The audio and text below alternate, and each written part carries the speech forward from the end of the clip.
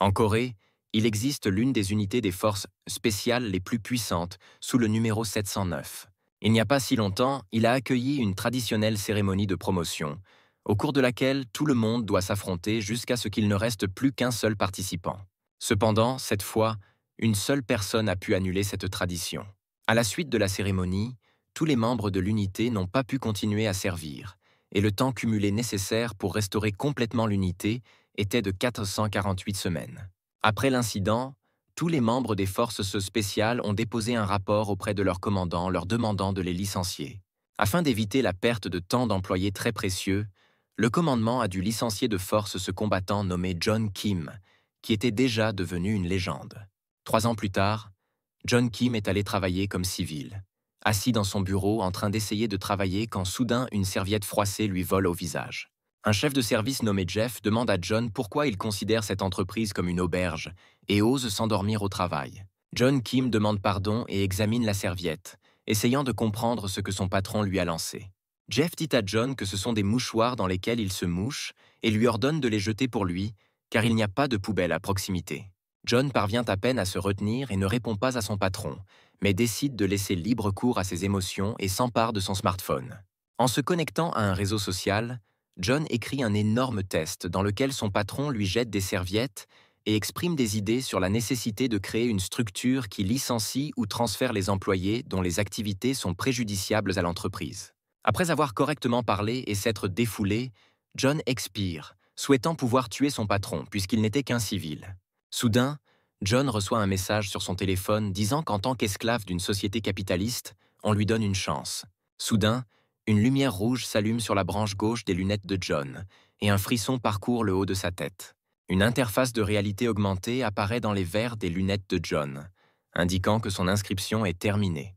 Une voix mystérieuse commence à résonner dans la tête de John, l'informant que son nom dans le système est P099 et que le premier test pour lui commence.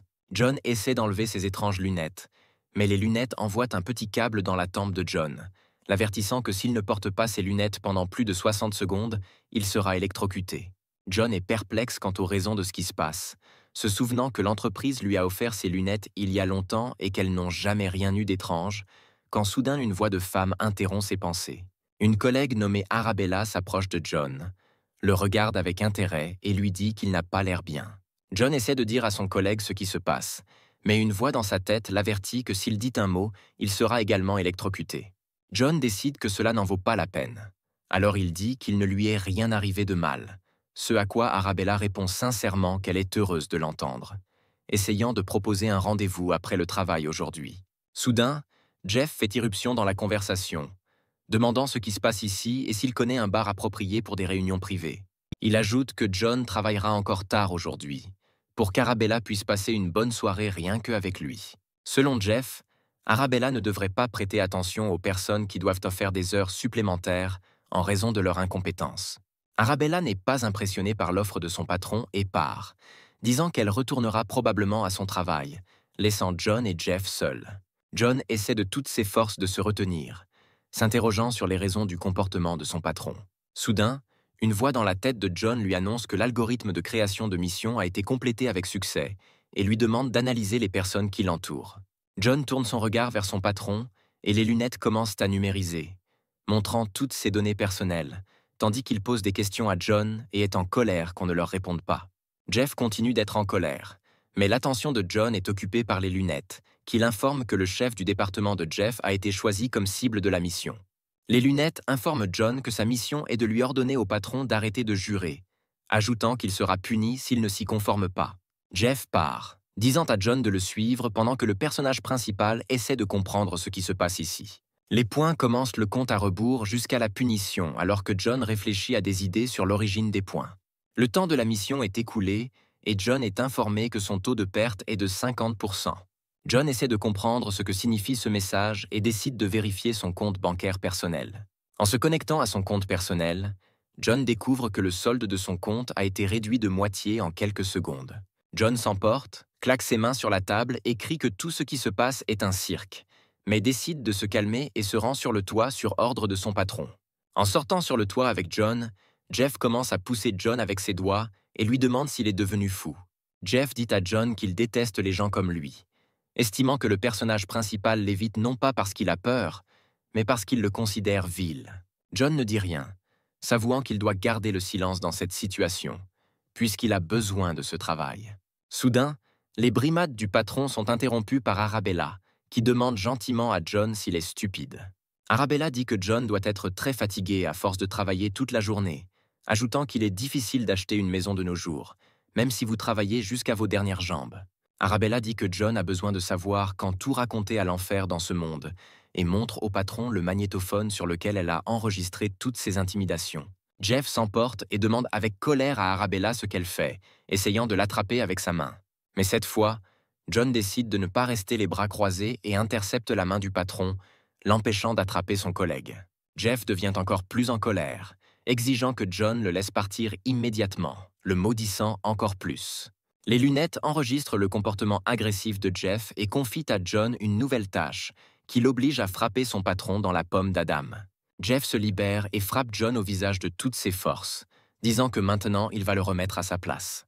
John décide qu'il en a assez et esquive facilement, délivrant un contre-coup de poing à la pomme d'Adam du patron. Le chef Jeff tombe au sol et John demande à Arabella d'agir comme si de rien n'était. Les points indiquent à John que la mission est terminée, lui rendant tous les fonds qu'il a perdus lors de l'échec précédent. Jeff se remet debout, insultant à nouveau John et lui demandant comment il a osé frapper son patron. Les lunettes enregistrent à nouveau le comportement de Jeff, lui confiant une nouvelle tâche qui l'oblige à battre son patron pour une récompense 5 fois supérieure. Jeff s'emporte à nouveau et saute sur John, sur le point de lui lancer un puissant coup de poing. Cependant, John esquive facilement cette attaque amateur et, passant rapidement dans le dos de Jeff, commence à l'étouffer. Au bout d'un moment, Jeff s'évanouit par manque d'oxygène et John le relâche, le laissant tomber face première contre le sol.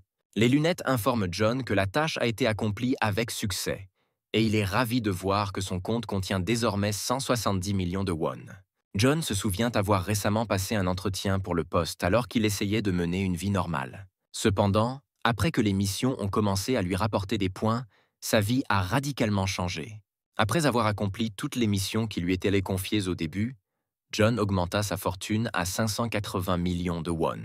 John sort sur le toit pour se réjouir de sa richesse. Cependant, sa joie est interrompue par un hélicoptère qui surgit de nulle part, transportant avec lui une petite valise. Le drone s'approche de John et lui laisse tomber un étui noir planant dans les airs. John ouvre la mallette contenant le ticket d'or, tandis que le drone l'informe que son test a réussi. Il ajoute que grâce au ticket, John est désormais autorisé à participer à la mission principale et qu'il doit désormais collecter 1 milliard de won en une semaine, sinon tous ses fonds seront réinitialisés. John retourne à son bureau, pensant qu'il lui faut encore 420 millions pour mener à bien la mission. John examine le ticket doré qu'il a reçu et remarque dessus une inscription indiquant que ce ticket permet d'emprunter jusqu'à 100 millions par utilisation. John pense, entre autres choses, qu'il manque d'informations sur ses lunettes, après quoi il remarque Jeff et décide de l'appeler. Jeff se fiche d'horreur au son de la voix de John et n'y réagit pas, continuant de rester dans la stupeur. John se rapproche de Jeff, disant qu'il a une question, ce qui fait soudainement crier Jeff de peur. John couvre la bouche de Jeff pour l'empêcher de crier et lui demande de répondre calmement à la question. Après quoi, il lui demande s'il connaît l'origine de ses lunettes. Jeff répond qu'il ne sait rien de ses lunettes, ajoutant qu'il n'a jamais vu une autre paire comme celle-ci sur aucun autre employé. John essaie de savoir si son patron ment, mais ses pensées sont interrompues par un message concernant une nouvelle mission. Ravi, John s'habille rapidement, disant qu'il quittera le travail plus tôt aujourd'hui et part joyeusement. John arrive à l'endroit désigné, qui est le toit d'un bâtiment en construction, et regarde autour de lui.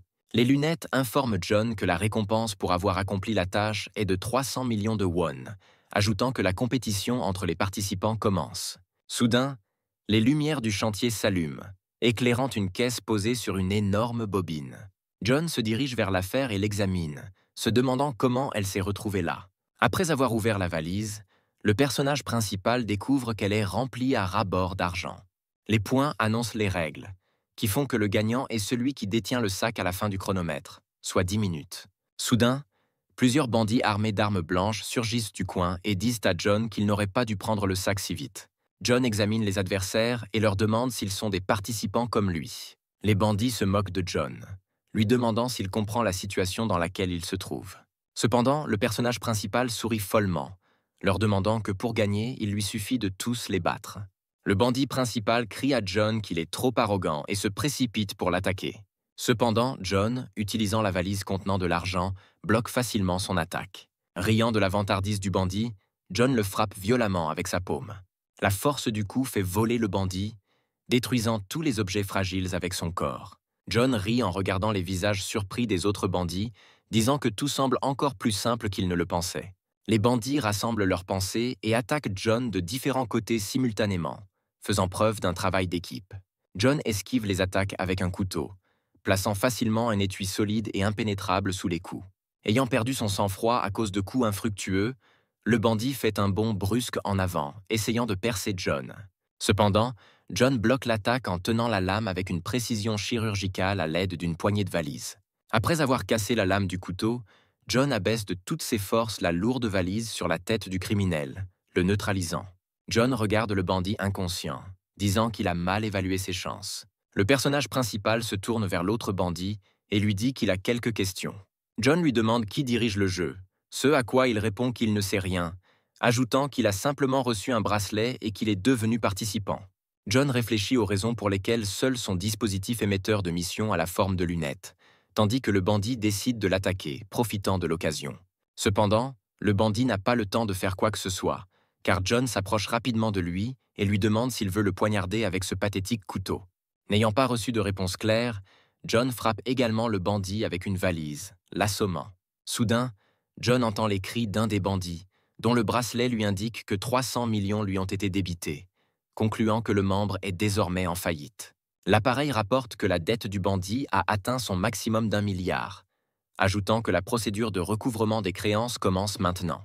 Le dispositif sur la main du bandit est activé, injectant une substance dans la main du porteur, indiquant que l'enquête sur le cas du membre du P16 a commencé. Les veines du bandit apparaissent sur sa peau, devenant violettes, et d'une voix tremblante, il supplie John de l'aider. John est choqué par ce qu'il voit, se rappelant que ses lunettes, apparemment, ont aussi un injecteur qui pourrait le tuer à tout moment. Soudain, 2 personnes à la peau bleue portant d'étranges masques apparaissent derrière lui, dont l'une dit que les participants ne sont pas différents. 2 tyrans attachent le bandit avec des chaînes et le mettent dans un sac, disant que les participants au jeu deviennent fabuleusement riches ou perdent tout. Resté seul, John pense que tous les participants, y compris lui-même, sont devenus victimes de la soif de profit et que toutes les missions précédentes n'étaient que des appâts. Soudain, une foule de 48 personnes arrive sur le chantier et décide également de prendre le sac des mains de John. La foule entoure John de tous côtés, se préparant à attaquer, et il remarque qu'il y a trop de monde. John prend position, se prépare à attaquer et dit à ses concurrents d'attaquer tous en même temps. Heureux de pouvoir enfin s'échauffer, John distribue facilement des coups de poing à tous les participants à l'aide d'une valise. Lorsqu'ils sont touchés, 300 millions de won sont déduits de chaque membre, ce qui les rend désespérés. Le risque de perdre autant d'argent à cause d'un seul coup arrête tous les participants, ce à quoi John leur demande seulement d'un ton moqueur pourquoi ils ne veulent pas l'attaquer.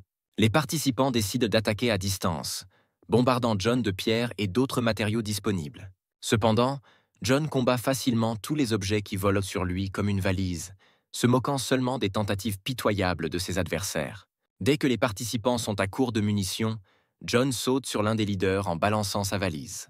Après avoir mené une attaque écrasante, le personnage principal neutralise le chef, le mettant en faillite. Certains participants pensent que même l'amende en cas d'échec d'une mission ne sera pas si élevée, et ils s'enfuient du site de compétition à l'unisson. Cependant, les participants restants n'ont absolument rien à perdre, alors ils prennent des armes blanches et décident d'attaquer John dans une foule.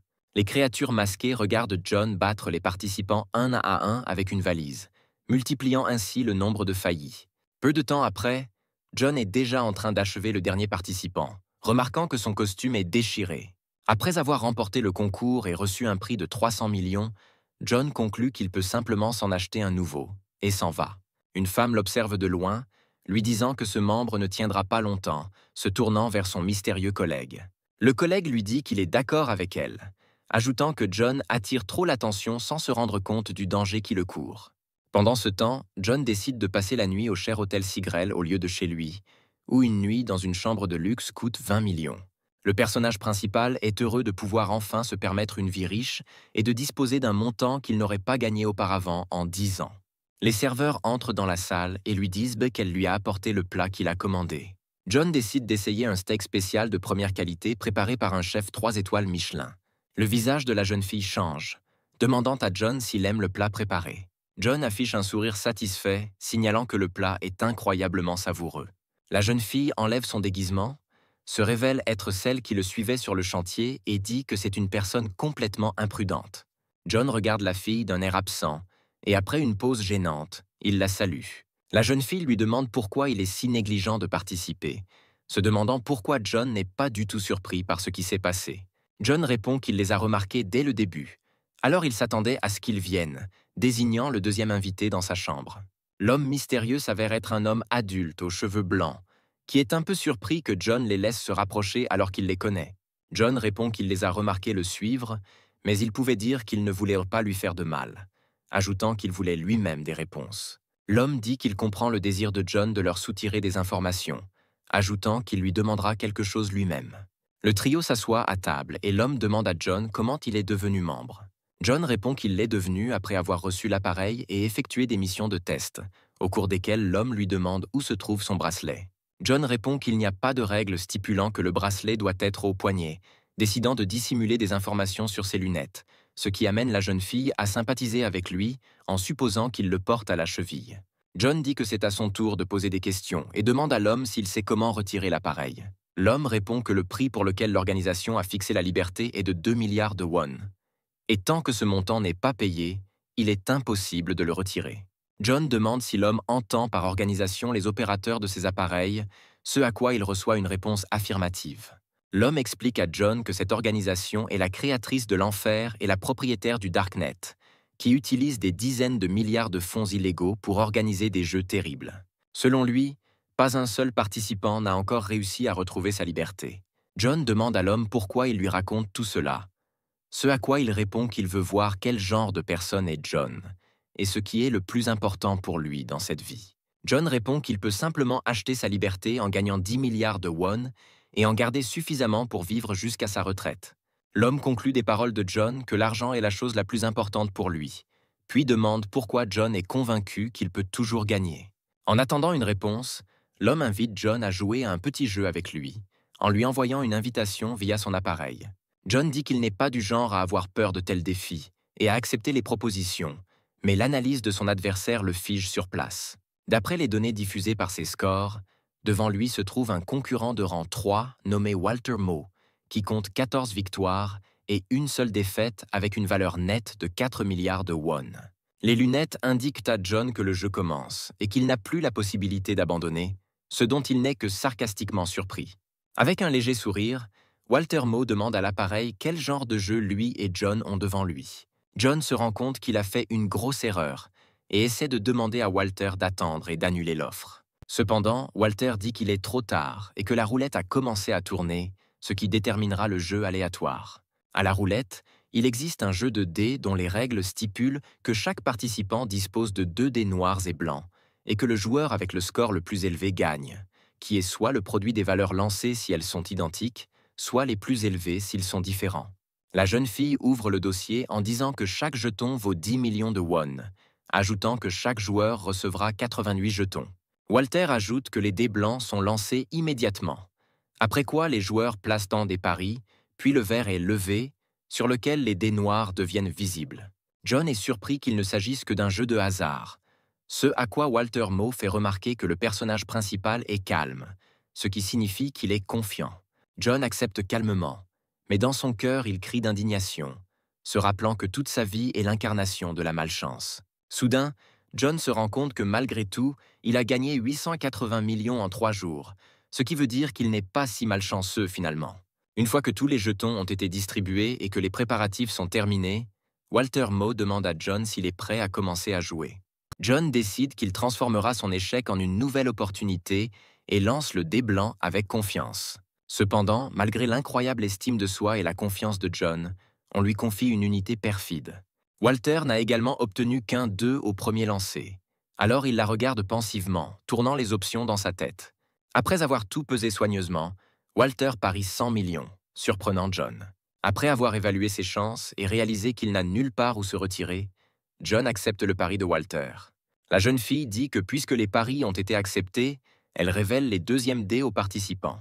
Walter obtient un 3, son score le plus élevé est donc 3. Cependant, John en lance un autre, faisant de lui le perdant de ce tour. John n'en croit pas ses yeux, tandis que Walter dit qu'il ne s'attendait pas à ce que John soit jumelé au premier tour. Cependant, John n'abandonne pas, et dit que maintenant qu'il a surmonté sa malchance au premier tour, il continuera à jouer plus loin, exprimant sa confiance que maintenant tout va changer.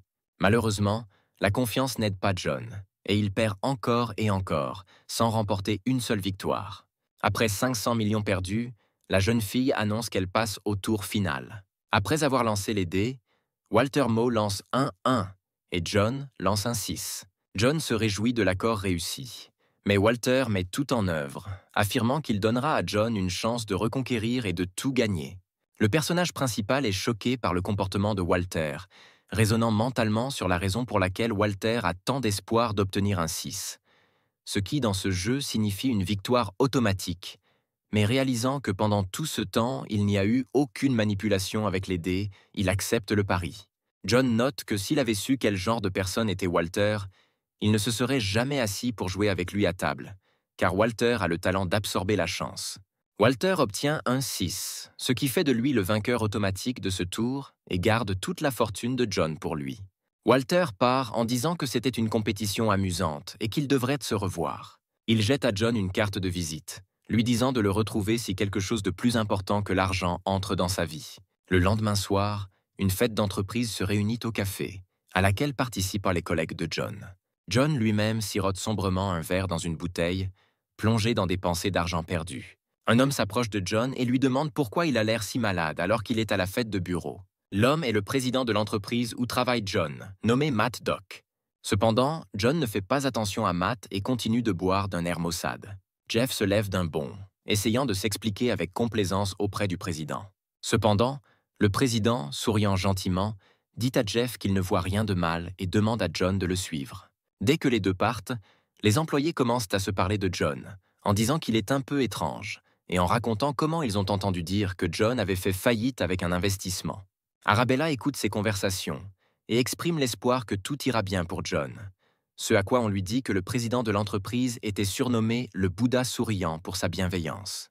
Pendant ce temps, Matt est dans la rue en train de gronder John de manière obscène, le tenant par la cravate et disant que le personnage principal devrait connaître sa place et ne pas gâcher l'événement d'entreprise avec un visage aigre. Il ajoute qu'une personne comme John peut être remplacée à tout moment, malgré le fait qu'il travaille dur. John réfléchit au fait qu'il doit vraiment travailler pour des monstres comme Matt pour gagner de l'argent, mais il est interrompu par une gifle. Matt dit qu'il lui donnera 100 000 won pour chaque gifle, donc John devrait lui être reconnaissant de l'avoir élevé, ce à quoi le personnage principal s'empêche de se casser le bras, quand soudain une nouvelle tâche lui revient. Soudain, John, affichant un sourire éclatant, remercie cordialement Matt pour les gifles, qualifiant cela de vraies leçons de vie. John prend la main du président et lui demande de l'honorer en étant avec lui et de recevoir davantage de sa sagesse.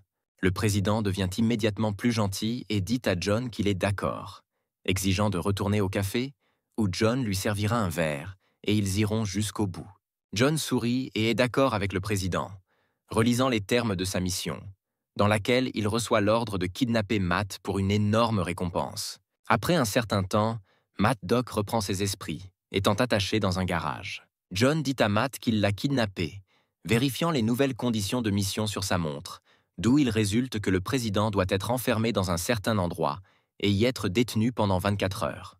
John dit au président de l'entreprise, Matt, qu'il le traînait et provoquait toutes sortes de scènes. Matt demande de le détacher immédiatement et de lui donner le téléphone.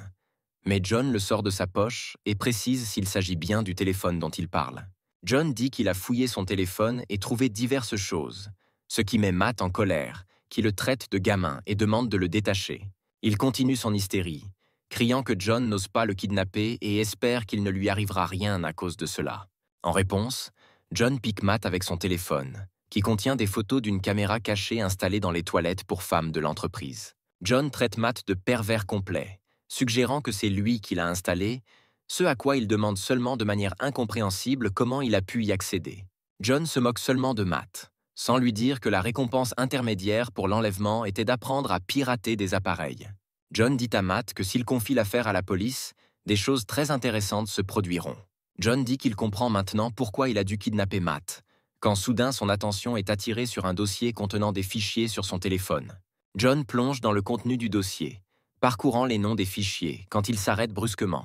Le visage de John change et demande à Matt qui, selon lui, sont les employés de l'entreprise. Matt répond que tous ces employés sont des créatures qui ne connaissent pas leur place, et il leur donne simplement une chance de réaliser au moins quelque chose dans cette vie. John dit que même si tout le monde a des squelettes dans son placard, il n'y aura pas de salut pour quelqu'un comme Matt.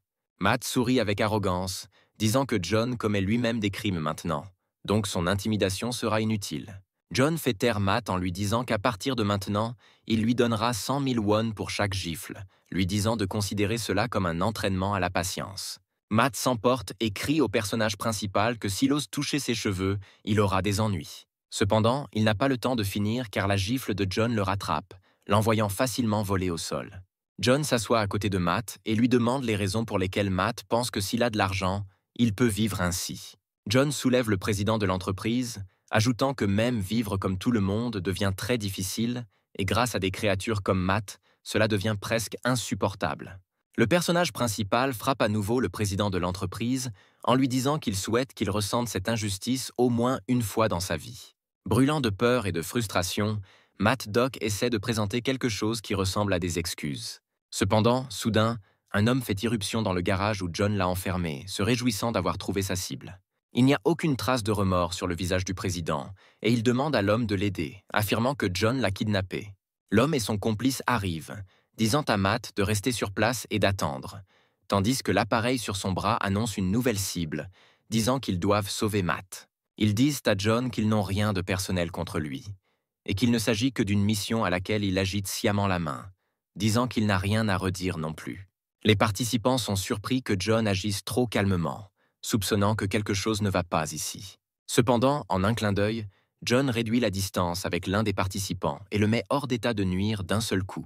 Sans y réfléchir à deux fois, John attrape le prochain participant et l'assomme en quelques secondes. John s'exhibe tout seul, heureux que ses compétences au combat n'aient pas faibli du tout au cours de sa vie civile. Matt regarde John éliminer les groupes d'adversaires qui se succèdent et réfléchit à la façon dont il peut s'échapper. Cependant, tout à coup, John prend un couteau pris sur l'un des participants vaincus et se dirige vers Matt. John coupe les cordes, libérant Matt, disant qu'il a remarqué qu'il s'ennuyait, alors il est venu lui remonter le moral. Après cela, il prend Matt par les jambes et commence à le faire tourner de toutes ses forces en riant joyeusement. Après avoir fait tourner Matt assez fort, il le jette sur l'un des concurrents encore debout, l'assommant. Matt Doc ne supporte pas le stress psychologique de la peur et de l'humiliation qui en résulte et se met à pleurer en regardant John. John dit à Matt d'arrêter de pleurer, car ils ont encore 15 heures incroyables devant lui, pendant lesquelles il l'aidera à renaître. Un autre couple de participants attend derrière le hangar et constate que 5 équipes y sont déjà entrées. L'un des partenaires affirme que cela signifie simplement qu'ils doivent abandonner la mission. Il motive sa décision par le fait qu'il y a très probablement à l'intérieur une personne terriblement étrange et forte, avec laquelle il est tout simplement impossible de s'entendre. Pendant ce temps, John réveille Matt, qui s'est évanoui à cause du stress, et lui dit que pendant qu'il dormait, il a pensé à quelque chose. Selon John, puisqu'il s'occupe de l'éducation morale de Matt, cela vaut la peine de discuter de la question de son salaire. John dit que son salaire devrait être 5 fois supérieur à celui actuel et exige qu'il soit remplacé par un poste qui lui permettra de gagner le maximum avec un minimum de travail. Il ajoute également qu'à partir de maintenant, Matt Doc sera son chien jusqu'à ce qu'il le ressuscite en humain. Pendant ce temps, les lieux sont temporairement transférés dans une prison de sécurité spéciale qui n'héberge que des prisonniers dangereux. Un gardien s'approche de la cellule du prisonnier numéro 3270 et lui demande de tenir encore une journée. Son appareil lui montre sa nouvelle mission: libérer un criminel au premier degré dans les 24 heures. Le prisonnier de cette cellule, par oisiveté, frappe les murs de sa tête la plus forte, laissant de larges trous. L'appareil du garde ajoute qu'une fois la mission terminée avec succès, une nouvelle partie commencera. Le lendemain matin, Jeff entre dans le bureau et remarque une foule d'employés. Soudain, son visage se déforme en une grimace de surprise et de peur incroyable. Devant les employés, à une nouvelle table et une nouvelle chaise qui ressemble à un trône, est assis John, qui salue poliment tout le monde. John dit qu'un étrange miracle s'est produit et que, sur ordre du président, sa position a soudainement changé. Après le départ de tout le monde, John pense qu'à cause de ces points, le principe de ses gains a radicalement changé. Grâce à la mission accomplie et au ticket, il a restitué 500 millions de won sur son compte. Cependant, sa mission principale, gagner 1 milliard, reste inachevée et il ne lui reste plus qu'un peu plus de 28 heures. John se dit que le prochain jeu ou la mission n'a pas d'importance pour lui, du moment qu'il arrive bientôt. Pendant ce temps, en prison, l'opérateur demande au gardien un rapport sur la façon dont les choses se passent.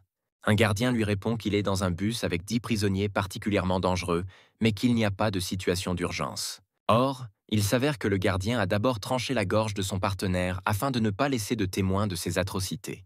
Ayant terminé son rapport, il s'approche du compartiment verrouillé dans lequel se trouvent les prisonniers et l'ouvre avec les clés. Il jette les clés des menottes aux prisonniers, leur disant qu'ils peuvent faire ce qu'ils veulent, mais qu'il est peu probable qu'ils s'échappent. Il explique que lorsque le jeu commencera, les pirates prendront probablement le contrôle des caméras de vidéosurveillance de la police. Le gardien conclut que de toute façon, personne ne pourra s'évader de prison. Pendant ce temps, tous les propriétaires d'appareils reçoivent une tâche qui les oblige à traquer les prisonniers évadés. Les prisonniers sont libérés, ainsi que le leader numéro 3270, dont la récompense est de 500 millions. Les autres prisonniers l'appellent Young Nim et lui demandent ce qu'ils vont tous faire. Young Nim propose de retrouver l'argent qu'un de ses amis a enterré dans l'enceinte de la prison, après quoi ils quitteront tous la Corée. Les participants reçoivent la géolocalisation des prisonniers et se demandent où ces prisonniers tentent de se rendre. L'un des chasseurs termine ses préparatifs et ordonne aux autres de s'éloigner. Sinon, ils n'auront pas le temps d'attraper suffisamment de victimes. 4 heures après le début du match de penalty, l'une des équipes est arrivée sur les lieux des prisonniers et a commencé à arrêter les criminels. Le receveur se moque de la victime, disant que pour un criminel, sa victime est plutôt faible et aurait dû vivre une vie juste. Le receveur sent la main de son ami sur son épaule et se retourne en disant que tant qu'ils attraperont tout le monde un à un, les observateurs ne remarqueront rien. Cependant, la main posée sur l'épaule du receveur n'est que le membre sectionné de son ancien ami, qui a été coupé par le prisonnier numéro 2804. Le prisonnier dit qu'il attrape aussi des gens, précisant que ses cibles sont des monstres à montre rouge. Le receveur essaie de dire quelque chose au prisonnier, mais il lui coupe rapidement la main puis l'achève. Le prisonnier 2804 revient à Young Nim, disant qu'il s'est occupé des parasites locaux et jette ses mains coupées par terre. 2804 demande à Young Nim combien de personnes sont impliquées alors qu'il pose ses mains sur la tête du captif. Young Nim répond qu'il s'est vite lassé de tuer des chasseurs, alors il a arrêté de compter, après quoi il brise le cou du prisonnier. Il se retourne vers la montagne de cadavres et dit qu'il ne s'est pas autant amusé depuis longtemps. Après cela, il s'approche du reste des prisonniers qui creusent le sol à la recherche d'argent et leur dit qu'ils devraient creuser plus vite, sinon il abandonnera ceux qui ne trouvent rien. Le prisonnier 2804 dit à Young Nim qu'après avoir vérifié les membres morts, il n'a pas pu déterminer à quel gang ils appartenaient, mais il a découvert qu'il y avait une prime sur leur tête et leur emplacement a été révélé. Young Nim demande au prisonnier 2804 combien il donne pour lui. Et après avoir reçu la réponse, il est heureux, disant que c'est toujours un rêve de recevoir une récompense sur sa tête. Ne comprenant pas la joie de Young Nim, 2804 demande à son complice combien d'argent ils ont déjà trouvé. Le prisonnier répond qu'ils ont trouvé 3 paquets de 500 millions chacun, et qu'il en reste 3 autres. Le prisonnier 2804 réfléchit mentalement que c'est bien plus que ce qu'il avait imaginé, estimant qu'il devrait simplement utiliser Young Nim et s'échapper. Pendant ce temps, 2 autres participants les observent, surpris par leur comportement.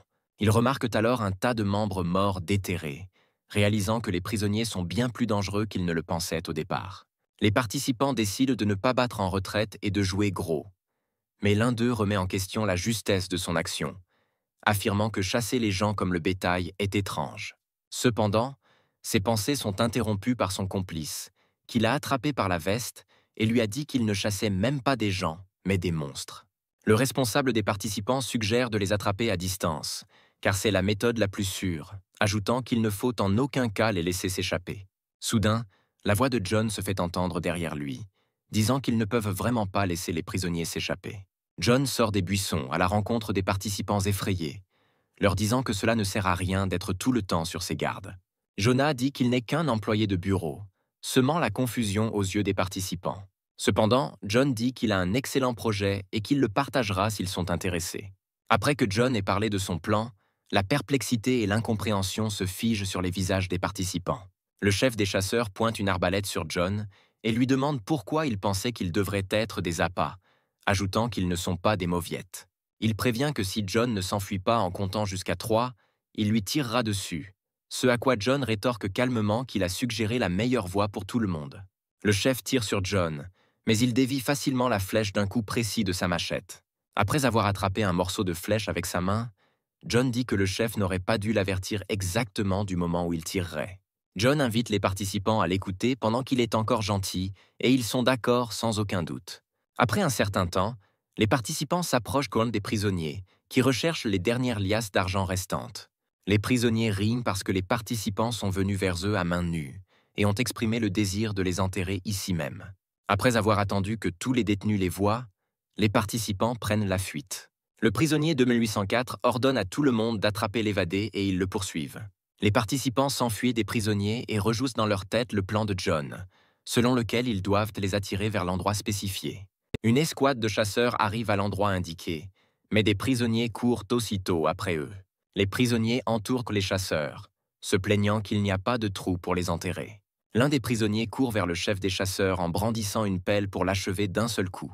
Cependant, au dernier moment, un coup de hache bien ciblé interrompt le coup, faisant tomber la pelle des mains du prisonnier. John allume les brindilles et les jette dans l'herbe entourant la maison, créant un anneau de flamme. Lorsque les prisonniers lui demandent qui il est, il répond que tout ce qu'ils doivent au savoir, c'est qu'aucun d'entre eux ne s'échappera d'ici. John ajoute que ce sera plus facile pour eux s'ils restent immobiles et se laissent simplement tabasser, ajoutant qu'ils devraient tous débourser l'argent. Les prisonniers commencent à paniquer, mais leur chef ramasse une pelle, leur disant de ne pas avoir peur, car il n'y a qu'un seul Jean. Cependant, dès qu'il a terminé, John l'assomme d'un puissant coup de pied, le forçant à rouler loin sur le sol. John atterrit sur ses pieds, disant aux prisonniers qu'ils peuvent maintenant paniquer, après quoi ils se déchaînent avec rage. Cependant, John assomme et désarme facilement ses attaquants. John fait tomber le couteau de la main de l'un des attaquants d'un coup violent, après quoi il le ramasse et lui inflige plusieurs coups bien ciblés. Le prisonnier saigne et s'effondre, laissant le dernier survivant seul avec John. Sans perdre une seconde à réfléchir, John se jette sur le dernier prisonnier et l'assomme rapidement en le projetant au sol. Les chasseurs regardent avec une surprise non dissimulée John vaincre à lui seul toute une escouade entière d'ennemis. Selon le meneur d'un jeu où sa propre vie est en jeu, cet homme est un véritable chasseur. John se réjouit de la récompense de 400 millions de wons qu'il a reçue, tandis que le prisonnier 2804 arrive sur le site de la bataille et demande qui joue avec le feu ici. Le prisonnier tire un couteau sur John, à qui on dit que le compte 2804 comporte 18 chefs d'accusation, dont meurtre, incendie criminel et enlèvement, ajoutant que la récompense est de 300 millions. John demande à 2804 s'il va venger ses camarades. Le prisonnier 2804 dit qu'il est venu dire à John qu'il terminerait le travail s'il le commençait, après quoi il achève son complice avec un couteau. Le prisonnier traite John d'amateur et lui demande s'il est prêt à se faire de nouveaux trous dans le corps, ce à quoi il accepte. Le prisonnier attaque John, essayant de le poignarder, mais John l'esquive facilement. Cependant, la pression de 2804 ne ralentit pas, et il continue de lancer coup après coup avec les deux mains, sans jamais toucher John. Se rendant compte que face à lui se trouve un adversaire redoutable, qui par-dessus tout est également ambidextre, John s'arrête brusquement et lui demande d'attendre une seconde. John recule rapidement un peu, commençant à fouiller dans diverses fournitures de jardinage. John sort ses jumelles et prend une position de menthe, disant que cela fait un moment qu'il ne s'est pas entraîné avec elle. Le prisonnier se souvient que tout le monde se moquait de lui plus tôt, mais tout a changé dès qu'il a sorti un couteau. Selon lui, même ceux qui menacèrent de le battre demandèrent pardon. Il n'avait qu'à les couper à quelques reprises. Il note qu'il a eu beaucoup de plaisir à voir les gens le craindre et se ramper devant lui. Cependant, maintenant, sous la pression de John, le prisonnier ne pouvait pour la première fois pas comprendre quoi faire. Le prisonnier 2804 se demande anxieusement si John ne le pousse pas dans un coin. Il s'emporte, s'écarte largement, essayant de frapper John, mais il l'esquive facilement. John continue de se moquer de lui, le déséquilibrant, le faisant commettre de plus en plus d'erreurs. Le prisonnier baisse complètement sa garde et passe à l'attaque, disant à John qu'il n'a pas le droit de l'humilier. Cependant, John effectue une course ultra rapide, délivrant plusieurs dizaines de coups par seconde au prisonnier, le neutralisant. Jean se tourne vers le prisonnier et lui dit que ceux qui ne connaissent pas leur place ne peuvent pas être forts. Après un certain temps, John marche joyeusement avec ses partenaires, chantant une chanson sur leur joie de rechercher 500 millions. Dérouté par les chants étranges, le chef des chasseurs demande avec embarras à John s'ils peuvent déjà partir. John demande de manière incompréhensible aux autres pourquoi ils vont partir s'il en reste un. Ce à quoi ils répondent que le dernier criminel est une personne très dangereuse qui a tué 13 personnes à main nue. Soudain, Young-Nim apparaît comme un énorme rocher derrière eux, laissant tout le monde sauf John sous le choc et la crainte. Young-Nim suggère de sauter les présentations et porte un coup puissant à John. Cependant, John bloque le coup et contre-attaque avec un uppercut directement dans la mâchoire de Young-Nim. Young-Nim et John s'arrêtent brièvement et sont surpris de s'être pris mutuellement des coups. Le personnage principal et Young-Nim soupçonnent que la prochaine bataille sera très intéressante. John essaie de maîtriser Young-Nim avec sa vitesse tout en esquivant ses attaques. Young-Nim, quant à lui, ne subit pas beaucoup de dégâts des attaques de John grâce à la force de sa tête. Le prisonnier décide que la meilleure option serait d'essayer de capturer John, et il essaie de rattraper l'agile combattant dans son erreur. Après quelques secondes, il voit le moment et se précipite sur John, l'attrapant. Après que Young-Nim ait attrapé John, il le serre fort, essayant de lui briser les os.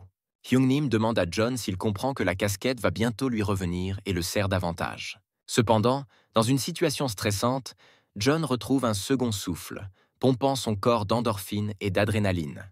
Rassemblant toute sa volonté et sa nouvelle force, John saisit le visage de Young-Nim et le force à relâcher son emprise.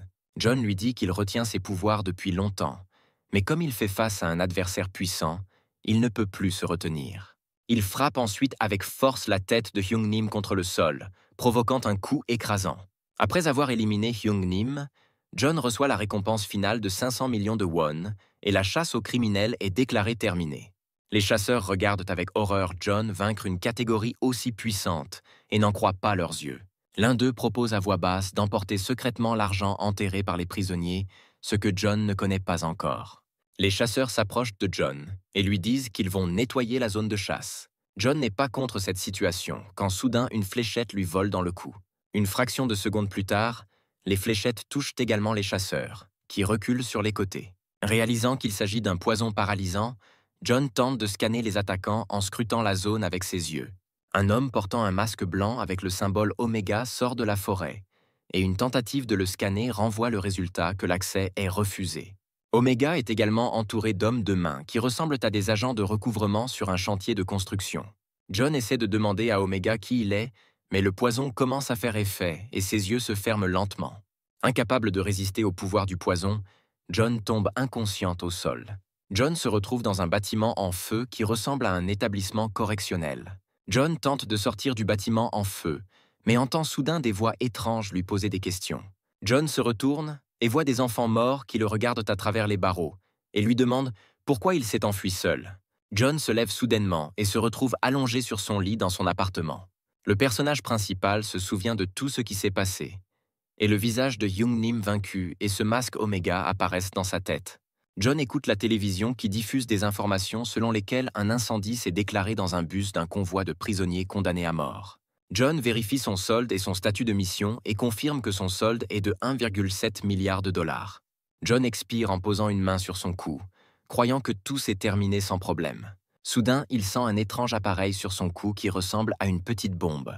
John se voit confier une nouvelle mission selon laquelle il doit accomplir 5 tâches consécutives, dont la première consiste à établir le contact avec l'employé A. Par une matinée ensoleillée, Jeff se tient près de son lieu de travail et boit du café, se plaignant d'en avoir assez de l'acheter lui-même tous les jours. Soudain, il remarque John se précipiter à toute vitesse, qui ne parvient qu'à crier à Jeff de s'écarter.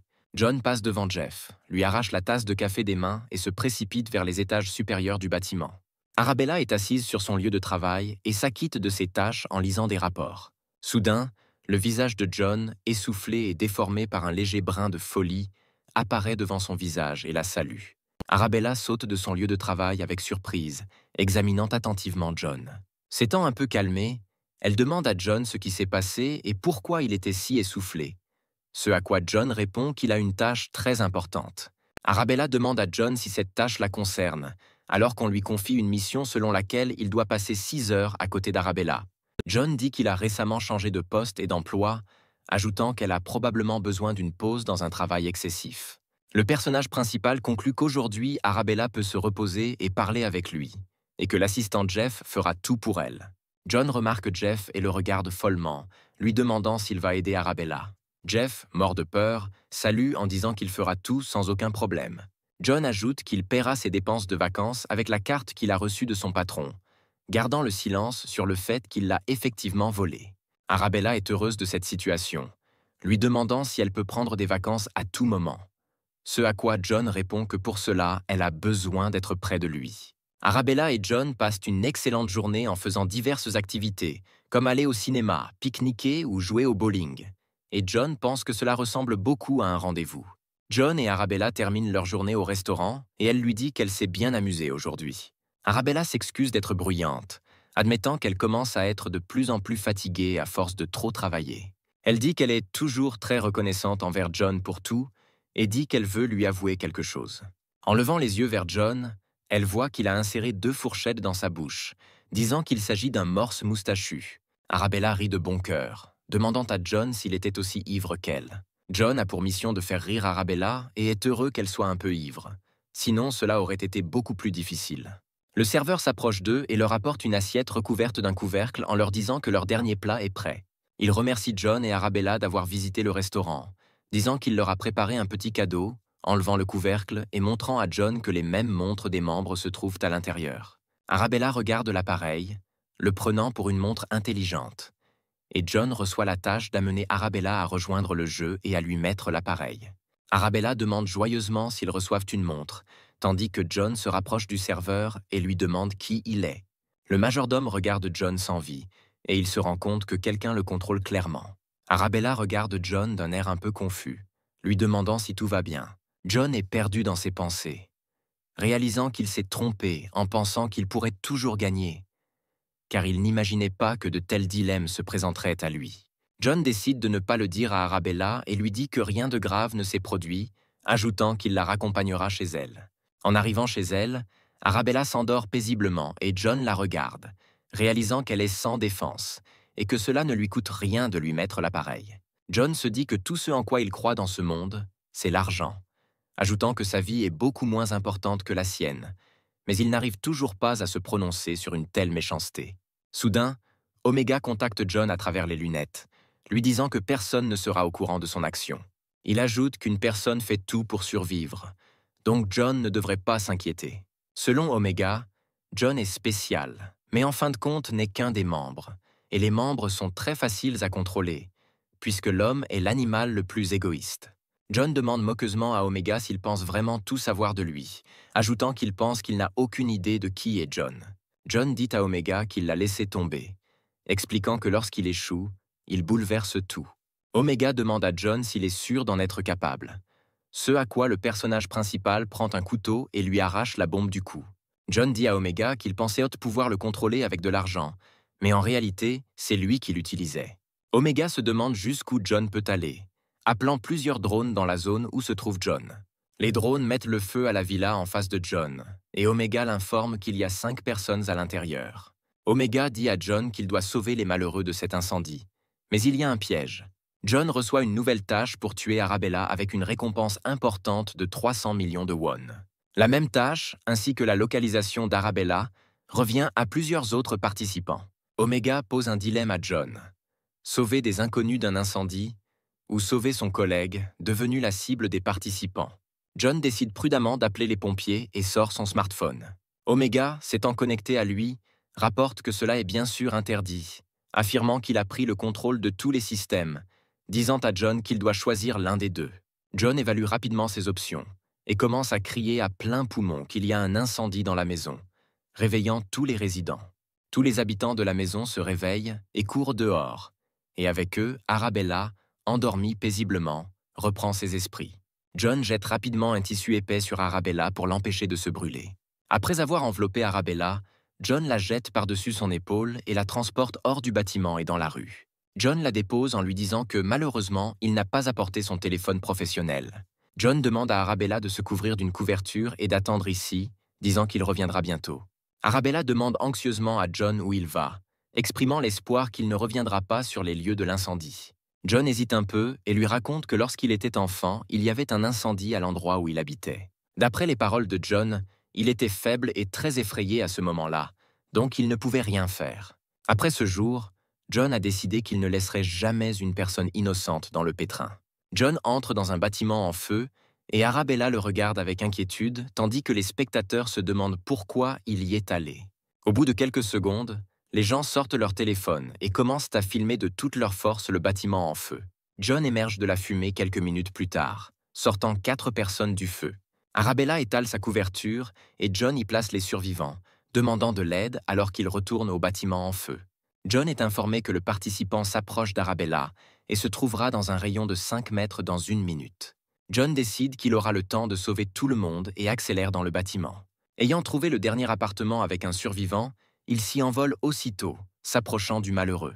Cependant, Omega contacte à nouveau John, lui disant que s'il sauve cet homme, il radiera 1 milliard de son compte, et s'il le laisse mourir, il lui facturera le contraire. Omega demande à John ce qu'il va faire pendant que le personnage principal se tient au-dessus du survivant avec un regard sombre. Arabella se tient près du bâtiment en feu et lui tient les mains avec enthousiasme, se demandant pourquoi John ne sort pas. Soudain, un homme s'approche d'elle et lui demande si elle habite dans l'appartement 204 à Haru Villa. Arabella est surprise par cette question et demande à l'étranger s'il la connaît, ce à quoi elle reçoit une réponse affirmative. L'inconnu attrape Arabella par le bras et sort un couteau, lui ordonnant de se taire et de le suivre. Il ajoute qu'elle ferait mieux d'être une bonne fille, quand quelque chose de lourd atterrit sur la voiture derrière lui. La fumée se dissipe, et John apparaît devant Arabella et le groupe, qui dit à l'étranger qu'il le tuera s'il touche Arabella. Le membre demande à John s'il est le même que lui, soupçonnant qu'il veut voler son argent. Le participant crie que cet argent lui appartiendra et tire Arabella sur son couteau. Cependant, John lance bien sa botte et dévie le coup sur Arabella. À cause d'une horreur et d'un stress accablant, Arabella tombe à genoux, incapable de bouger. L'étranger fait une seconde tentative pour tuer Arabella et lui donne un fort coup de couteau. Cependant, John parvient à couvrir Arabella avec lui-même à temps, encaissant le coup de couteau. Il répète qu'il le tuera s'il pose ne serait-ce qu'un doigt sur Arabella. John décide de ne pas participer à la cérémonie et donne un puissant coup de tête à l'étranger, l'assommant. Le personnage principal se réjouit de la victoire, mais se rend immédiatement compte qu'il a inhalé du monoxyde de carbone et que ses forces commencent à le quitter. John tombe inconscient sur l'asphalte et Arabella, remise du choc, s'approche de lui. Elle s'assoit à côté de lui et lui demande de se réveiller alors qu'une silhouette mystérieuse s'approche de nos héros. Un participant de niveau 31 nommé Gyllenhaal parle au téléphone et rapporte qu'il a trouvé un objet, demandant s'il doit l'emporter avec lui ou s'en débarrasser. John est réveillé d'un profond sommeil par les grands cris d'un enfant à l'aide. John se lève rapidement, essayant de comprendre ce qui se passe et où il se trouve. John remarque qu'il se trouve dans une petite pièce dans laquelle un homme de grande taille s'approche d'un enfant d'un air menaçant. Un enfant crie à l'aide et un homme lui demande de se taire et d'être une bonne fille. En un clin d'œil, John rattrape l'homme et lui saute dessus, sur le point de le frapper au visage. Cependant, malgré la précision et la rapidité du coup, l'homme parvient à l'intercepter et à le bloquer.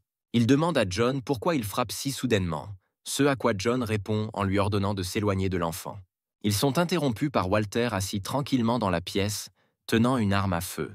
Walter rapporte qu'avec des actions inconsidérées, ils creusent leur propre tombe. John remarque que l'enfant tremble de peur et qu'il porte un bracelet au poignet. John traite Walter et l'homme de salaud et exige de le laisser partir, ce à quoi ils lui répondent que ce ne sont pas ses affaires. Walter dit que John est apparu de nulle part et sauve un enfant inconnu, lui demandant pourquoi il fait cela. John dit que l'enfant demandait de l'aide et ajoute que Walter et son complice ressemblent beaucoup aux criminels. Walter sourit à cette caractérisation et dit qu'ils commettront des crimes en brandissant une arme à feu. John recouvre rapidement l'enfant avec lui-même, espérant que la balle ne le transpercera pas. Walter n'hésite pas à appuyer sur la gâchette, mais le pistolet projette un jet d'eau. John essaie de comprendre ce qui se passe ici, et l'enfant derrière lui se met à rire de bon cœur. L'enfant dit à John qu'il est tombé amoureux de son jeu et il l'attrape à 2 mains. En colère d'avoir été manipulé, John demande à l'enfant s'il est un tyran. John commence à faire tourner rapidement l'enfant d'avant en arrière, le faisant crier à nouveau à l'aide. L'homme dit à Walter que John n'est pas si mauvais, ce à quoi il accepte volontiers. Walter s'excuse pour la tromperie, disant que c'était une sorte de test, ajoutant qu'ils ont la garde de cet enfant. Walter dit qu'il s'agit d'un groupe de libération pour les participants au jeu, ajoutant qu'il sera bref car cela prendrait trop de temps pour une explication complète.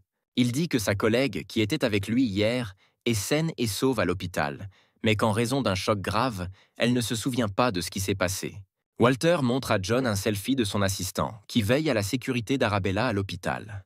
Il montre également l'homme, disant que c'est lui qui a sauvé John et Arabella, le présentant comme Gyllenhaal. John remercie Walter de l'avoir sauvé, ajoutant qu'il était peu probable que cela se soit fait comme ça. Walter dit à John qu'il est devenu un classement et que sa fortune dépassera bientôt les 2 milliards. Il ajoute que s'il gagne plus et monte de niveau, d'autres forces ou rangs pourraient le cibler. Walter ajoute que dans ce cas, une répétition des tests est garantie, ce à quoi il ne peut pas faire face seul, comme hier. John est d'accord avec cela, s'inquiétant mentalement qu'Arabella soit en danger à cause de lui, réalisant que si cela se reproduit, la chance pourrait ne pas lui être aussi favorable.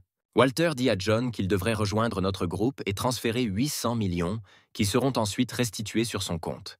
Il explique que c'est pour s'assurer qu'ils poursuivent un objectif commun. John qualifie Walter de fraude, auquel il répond par un déni moqueur, ajoutant que John doit d'abord accomplir une mission de commandement avec l'un des membres de leur groupe, après quoi la première moitié sera restituée sur son compte. Walter dit que John recevra le reste de l'argent plus tard, précisant que le personnage principal n'allait pas quitter le jeu de toute façon, et que cette proposition n'est pas une proposition perdante. Quelque temps plus tard, John s'assoit au bar et réfléchit à la proposition de Walter. John décide de vérifier son compte et remarque qu'il n'a pas reçu de récompense pour les missions accomplies. La récompense est un coupon pour un objet aléatoire, et John décide de vérifier son téléphone, dans lequel il remarque un message d'Omega, l'informant qu'il n'aura pas de mission personnelle pendant un certain temps. John comprend que dans ce système, toute sa fortune peut disparaître à tout moment et qu'il est presque impossible d'encaisser cet argent. Il doit donc en profiter tant qu'il le peut. John s'achète un déjeuner à 400 000 wons et savoure l'omakase sur lequel il ne pouvait que baver auparavant. Le personnage principal est rempli de satisfaction, s'avouant qu'ils ont exactement le goût qu'il les a imaginés. John se souvient qu'il vivait autrefois dans la pauvreté et qu'il désirait ardemment une vie riche, se promettant qu'il en profiterait désormais pleinement. Après 4 jours, John décide de mener une mission en équipe et se rend sur le site de test pour inspecter les participants. John est plongé dans des réflexions sur la nécessité de chercher un bon appartement pour lui-même, après avoir terminé ici, quand soudain il entend un reproche d'être en retard. John soupçonne que son partenaire de jeu a dit cela et tourne la tête, découvrant que son partenaire est le même garçon. John demande tristement au garçon quel âge il a, ce à quoi il admet qu'il n'a que 15 ans. Le reste des participants regardent cette scène avec moquerie, disant que lorsque le jeu commencera, ils devront se concentrer sur ce couple. John est furieux mentalement d'avoir été trompé, admettant qu'il s'attendait à ce que Gyllenhaal soit présent à la place de l'écolier. L'enfant se moque de John, disant qu'il n'a pas l'air très fort, ajoutant que John est aussi effrayant. John dit au garçon qu'il ne l'aime pas non plus, ce à quoi il admet timidement qu'il doit gagner ce jeu à tout prix. John expire et pose sa main sur la tête du garçon, lui disant de lui faire confiance, ajoutant qu'il peut certainement protéger un bébé. Après un certain temps, les participants sortent sur le terrain et attendent l'ordre de démarrer le jeu. Grâce à un haut-parleur sur le poteau, il est annoncé que le jeu sera un jeu de défense du roi, dans lequel un roi aléatoire est sélectionné dans chaque paire, qui doit être défendu à tout prix jusqu'à ce qu'il ne reste plus 2 paires de participants. John se retourne vers le garçon et lui montre qu'il est devenu roi. Les héros sont entourés d'autres participants et se préparent à la fin du compte à rebours. Dès la fin du compte à rebours, l'un des binômes de participants se précipite sur l'enfant. John parvient à attraper rapidement l'écolier et à l'asseoir sur son cou, ce qui lui permet de contrôler plus facilement le roi. Les membres félicitent John pour sa rapidité, ajoutant qu'il vient de révéler à tout le monde que le garçon est le roi. L'un des participants ajoute que s'il se bat seul, il mourra rapidement. Le garçon est effrayé par les menaces et enfonce ses mains dans les cheveux de John, le faisant se recroqueviller de douleur. L'enfant commence à paniquer et à demander ce qu'il doit faire, ce à quoi John crie et lui demande de s'asseoir droit et de ne pas le déranger. L'un des participants décide d'y mettre fin en se préparant à attaquer John et l'enfant. Soudain, il remarque que les 2 participants aux cheveux verts regardent ce qui se passe avec indifférence et ne tentent pas d'attaquer John. Quelques participants se rendent compte qu'ils veulent les poignarder dans le dos et s'approchent d'eux en leur disant que cela ne marchera pas, ajoutant qu'ils doivent d'abord éliminer John et le petit. L'enfant touche le visage de John, lui disant qu'ils ont été distraits, ce à quoi il répond qu'il le voit lui-même. Pendant ce temps, une autre paire de participants se faufile prudemment derrière John. John demande à l'enfant de déplacer son appui sur les 2 jambes et de se lever, ce à quoi il demande pourquoi cela est nécessaire. Soudain, Les participants les attaquent des deux côtés, essayant d'attraper l'enfant au cou de John. John jette l'enfant, après quoi il saute, donnant des coups de pied à deux attaquants en même temps.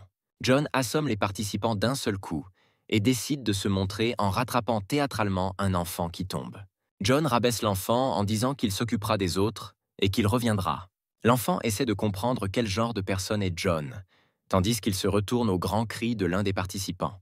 L'un des participants aux cheveux verts a mis son adversaire à genoux et lui a écrasé les yeux avec ses doigts.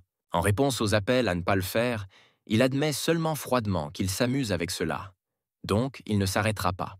Après avoir arraché les yeux de son adversaire, le concurrent aux cheveux verts lui secoue la main et entend les cris de l'autre adversaire. Son complice, contrairement à ses yeux, a décidé de mordre le nez de son adversaire. Après avoir entendu suffisamment de cris de douleur, il donne un coup de genou à son adversaire au visage, l'assommant. John et l'enfant sont surpris que des psychopathes complets restent contre eux. Le haut-parleur annonce que la première partie s'est terminée avec succès, ajoutant que la deuxième partie commence dans 10 minutes dans le gymnase voisin. Les participants viennent au gymnase et se préparent à un nouveau défi. John demande à l'enfant pourquoi il a tant envie de participer à ce jeu, ce à quoi il répond qu'il doit gagner. Soudain, un inconnu entre dans la salle et dit qu'il a été chargé de diriger le deuxième match. Un homme portant un étrange masque sur le visage apparaît dans la lumière et se présente comme une marionnette. Il se dirige lentement vers le centre de la pièce, félicitant les vainqueurs du premier match et soulignant qu'il pensait que cela prendrait plus de temps. L'animateur décide d'aller droit au but et annonce le début du deuxième match. Le deuxième jeu est un défi de cartes aléatoires à une touche. La marionnette annonce les règles du jeu, qui stipulent qu'à chaque tour, l'équipe reçoit une carte avec une partie du corps qui doit être touchée par l'adversaire et une carte avec une partie du corps qui doit être touchée. L'animateur ajoute que le roi peut ordonner à son partenaire, ajoutant que si les ordres du roi ne sont pas suivis, le participant est immédiatement reconnu comme contrevenant et expulsé. John pense que les règles sont trop dures et essaie d'arrêter le jeu, mais le garçon l'arrête. Le garçon dit qu'il est toujours le roi, donc ils ne peuvent pas s'arrêter. John demande à l'enfant s'il va lui ordonner de prendre les coups pour lui-même. L'enfant, le cœur lourd, dit que si cela l'aide à gagner, alors il le fera aussi. John lève la main vers l'enfant et il se recroqueville et ferme les yeux de peur. John dit qu'il ne sait pas ce qui motive l'enfant, se demandant pourquoi son visage donne l'impression que son monde s'est effondré. L'enfant se souvient de sa sœur, qui l'appelle par son nom Charles et lui dit qu'elle va bien. Dans ses souvenirs, sa sœur le serre dans ses bras, lui demandant s'il a été blessé.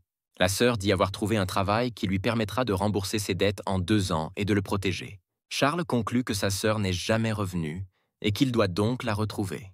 John répond que Charles n'est pas obligé de lui donner des ordres, car les adultes doivent toujours protéger les enfants.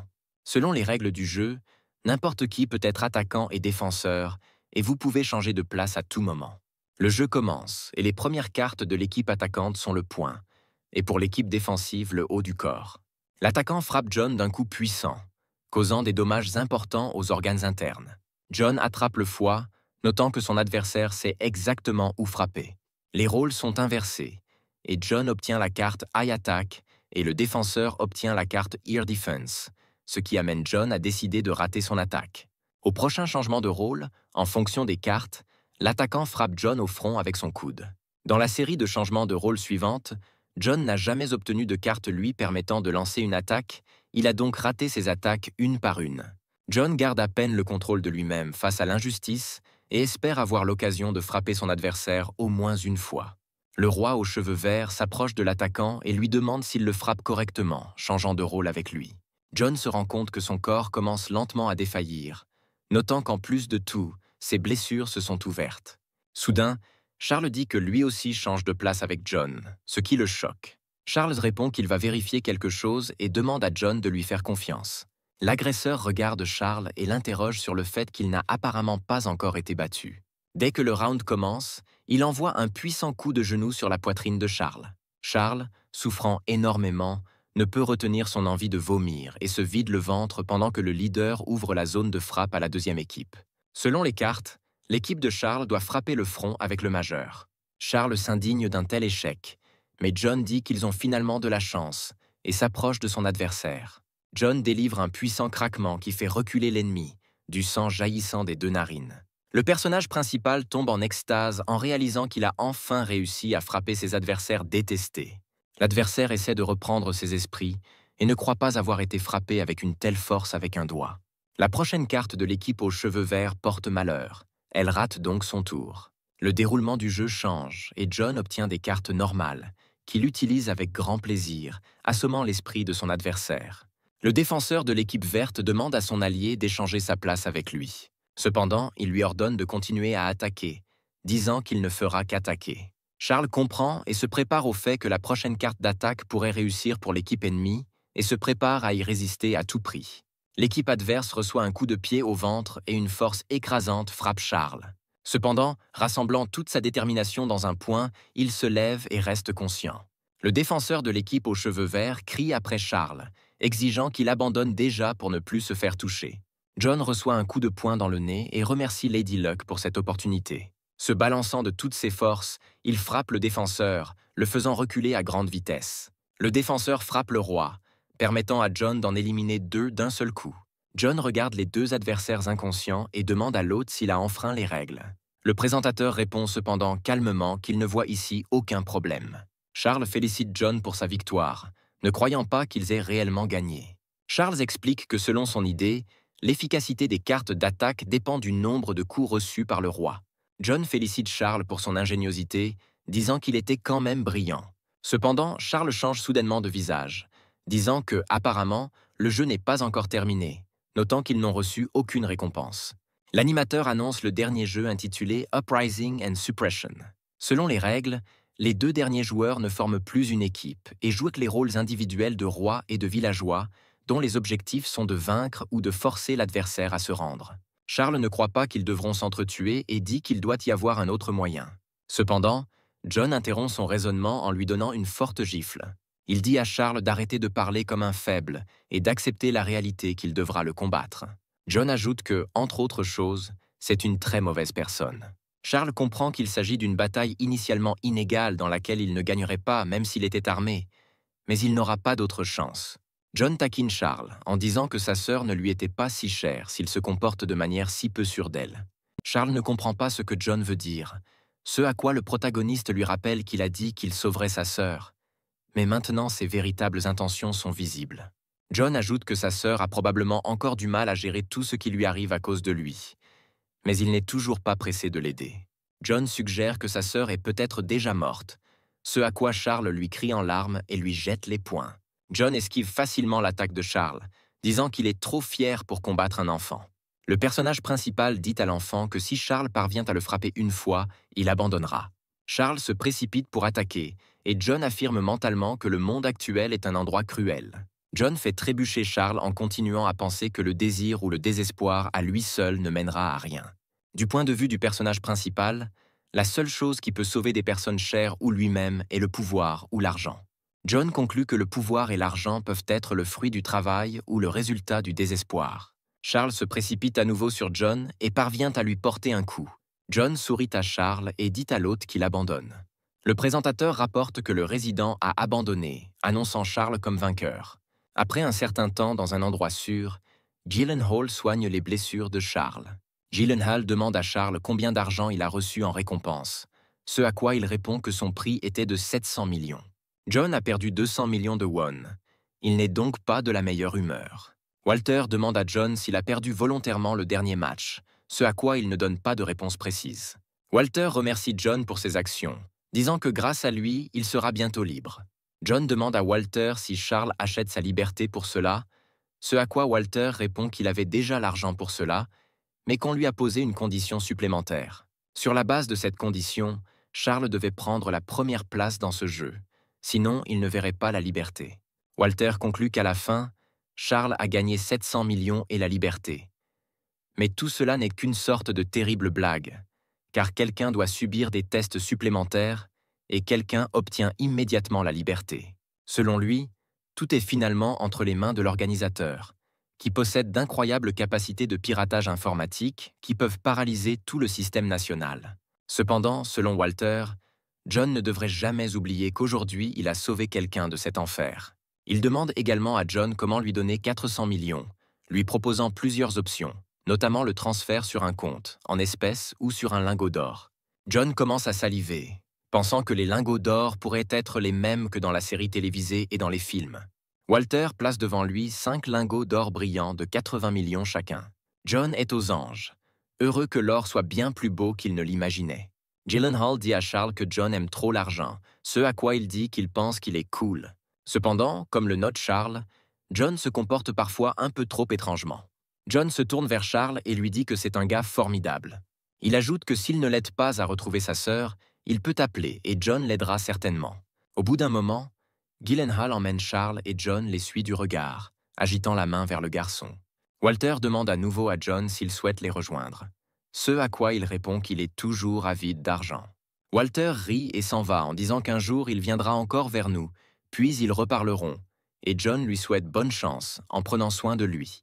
6 jours plus tard, John conduit une voiture chère jusqu'à un hôtel de luxe. Pendant ce temps, John a réussi à changer de costume et d'image en arborant une montre coûteuse. John s'assoit au bar, profitant d'un bon jazz et pensant au fait qu'il lui reste encore 1,4 milliard de won sur son compte.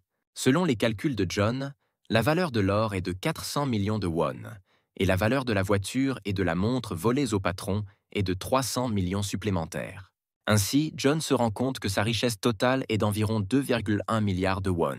Cependant, ses pensées sont interrompues par une belle fille qu'il a rencontrée il y a quelques jours. John réfléchit au fait qu'elle était la première personne de la haute société qu'il rencontre, mais leur interaction s'est avérée bien meilleure que je ne le pensais. Le personnage principal note qu'en plus d'être intéressé par la culture et la sociabilité, il était très attiré par son sourire sincère. La jeune fille le regarde en souriant gentiment et lui demande pourquoi il ne succombe pas à ses tentations. John se tourne nerveusement vers elle et lui demande ce qu'elle voulait dire, ce à quoi elle se contente de sourire, croyant qu'il ne l'a tout simplement pas comprise. La fille attrape la cravate de John et se rapproche un peu de lui, disant qu'elle est trop ivre pour rentrer seule à la maison. Sans résister aux demandes de la ramener chez elle, John marche avec elle et s'étonne du luxe des bâtiments locaux. Il regarde la maison, se rendant compte qu'un appartement coûte au moins 1 milliard et lui demande si elle y habite, ce à quoi elle reçoit une réponse affirmative. Soudain, une forte pluie s'abat sur le couple, les laissant tremper jusqu'aux os. La fille prend John par la manche, lui disant qu'il peut rester avec elle jusqu'à ce que la pluie s'arrête. Quelques minutes plus tard, John se retrouve inopinément allongé sur un lit moelleux. Son compagnon grimpe sur lui de manière ludique, ce à quoi John lui dit qu'elle est un peu ivre. La fille le regarde, après quoi elle rit et dit qu'elle est absolument sobre et lui demande d'enlever ses lunettes. John attrape la main de la fille et la déplace sur le lit, se penchant sur elle. La jeune fille le regarde avec une légère surprise. Après quoi, elle sourit en disant qu'elle ne s'attendait pas à une telle pression de sa part. John examine sa compagne et lui demande d'arrêter de s'amuser. La jeune fille, cependant, ferme les yeux et lui murmure en lui demandant de tout oublier, se mettant à pleurer doucement. Après quoi, elle s'endort rapidement. Après ce jour, cette fille va commencer à appeler John souvent et il s'est vraiment intéressé à elle. John avoue qu'il allait au travail pour rééduquer son patron, qu'il regardait toutes sortes d'absurdités au travail et qu'il ne faisait pas grand-chose. Cependant, maintenant, après le travail, il a commencé à sortir souvent avec cette fille. John croit sincèrement que cette fois-ci a été vraiment incroyable. Cependant, à mesure que John la voyait davantage, il continuait à trouver de plus en plus de raisons pour lesquelles il devrait s'éloigner. John décide que ce soir sera son dernier, mais son rendez-vous propose soudain une relation. Bien que choqué par ses propos, John refuse, la tristesse au cœur. Son compagnon ne comprend pas pourquoi il refuse la proposition d'une fille belle, séduisante et riche, mais John croit en privé qu'à cause de lui, elle pourrait avoir des ennuis. John la remercie pour tout le temps qu'ils ont passé ensemble et s'en va, pensant tristement qu'avec lui, la vie de cette belle fille va se transformer en enfer. Soudain, il entend le son douloureusement familier de ce même appareil derrière lui. John se retourne et aperçoit le tour de cou de sa compagne, lui disant que sa mission a échoué. Selon l'appareil, elle avait pour tâche de rester en relation avec John pendant 10 jours et de passer inaperçue. La fille regarde John en disant qu'elle est une joueuse spéciale, tout comme lui. Elle demande à John s'il est choqué qu'il ne soit pas unique, suggérant qu'il est encore un débutant. L'appareil donne à la jeune fille la prochaine mission, qui est de tuer John. John a le temps de réfléchir qu'il n'aurait pas dû refuser cette fille, quand soudain un couteau lui est lancé à grande vitesse, qu'il esquive miraculeusement. La jeune fille sort des couteaux de lancer, agréablement surprise que John ait esquivé son lancer, après quoi le système le présente à sa récente compagne nommée Jane. John décide de ne pas combattre Jane dans le parc et se retire du champ de bataille à grande vitesse.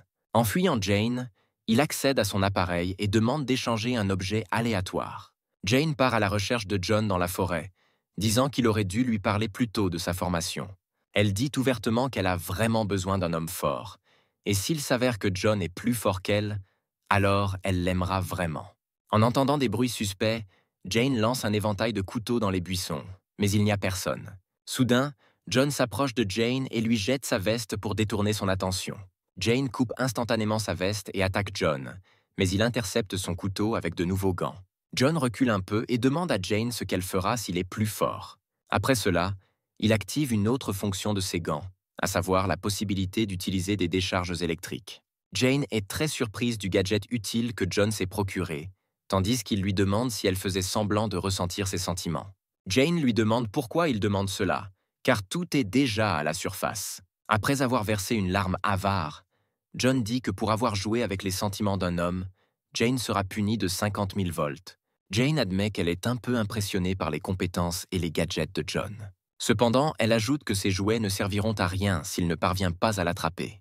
Jane disparaît dans les airs et John essaie d'entendre à l'oreille où elle lancera sa prochaine attaque. Jane se prépare à attaquer et dit que dans un jeu où tout le monde risque sa vie, elle est la principale tueuse. Jane révèle qu'elle a grandi comme un tueur à gages qui n'a jamais échoué dans un seul travail et qui s'est mérité le surnom de Réglisse, en tant que fleur symbolisant la mort. John parvient cependant à réagir et intercepte tous les couteaux lancés sur lui. Il sourit et jette les couteaux en arrière, frappant l'arbre à côté de Jane. John dit que ces transferts ne servent à rien et lui demande si elle va continuer. Jane admet que John la surprend vraiment et se lance dans un combat rapproché. John et Jane tentent habilement de se rattraper en train de commettre une erreur, mais aucun d'eux n'y parvient. John essaie d'attraper Jane, mais elle, comme si elle dansait, l'empêche à chaque fois de réaliser son plan. N'ayant fait aucun progrès, Jane recule en disant qu'elle s'amuse tellement avec lui qu'elle est désolée de le tuer. Soudain, Jane propose une dispute à John, le surprenant par un changement d'humeur si soudain. Jane dit que s'il gagne, elle lui offrira un appartement d'une valeur de 2,6 milliards de won, et que si elle gagne, il deviendra son esclave. Jane dit qu'il peut imaginer tout cela comme un jeu et que s'il le souhaite, il peut céder. Soudain, Jane remarque comment John change en une fraction de seconde et un frisson la traverse. La perspective de posséder un appartement d'une valeur de 2,6 milliards de won amène John à réveiller des pouvoirs cachés en lui. En un clin d'œil, il disparaît dans les airs et apparaît juste derrière Jane. Ce n'est que par miracle que Jane parvient à esquiver son attaque, et 50 000 volts pénètrent dans le sol à côté d'elle. John exige que Jane se cède son appartement, la regardant avec un regard menaçant, plein de désir. Pour la première fois de sa vie, Jane ressent une véritable peur de quelqu'un et perd brièvement son sang-froid. Cependant, rassemblant rapidement ses pensées, elle décide de lancer une autre attaque et se précipite en avant en lançant les couteaux. Jane admet qu'elle a peur de la terrible créature que John serait s'il était un tueur, alors qu'il écarte facilement ses couteaux avec ses gants et se précipite également vers elle. Soudain, Jane réalise que John est l'homme qui mérite de gagner son cœur. Pour la première fois de sa vie, elle se rend compte qu'elle voit une personne bien plus forte qu'elle, et une légère rougeur apparaît sur son visage. Avec un sourire heureux, Jane dit à John qu'elle abandonne, ce à quoi il répond qu'une telle option n'existe pas pour elle. Un choc électrique traverse le corps de Jane, lui faisant perdre connaissance. Elle se réveille et se retrouve dans son appartement, se demandant à voix haute qu'elle est dans sa propre maison. Elle rencontre John, qui remarque sarcastiquement qu'elle est maintenant chez lui. Jane dit qu'elle lui transférera la propriété, mais en retour, elle lui impose une condition. John demande à Jane ce qui lui est venu à l'esprit cette fois. Jane dit que la seule condition pour le transfert de propriété est qu'ils vivent ensemble.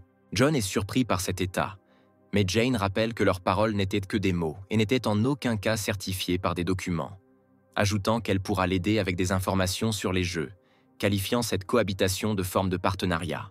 John lui demande les raisons pour lesquelles il devrait lui faire confiance, ce à quoi elle vérifie les prix de location de la maison et constate qu'ils ont encore augmenté.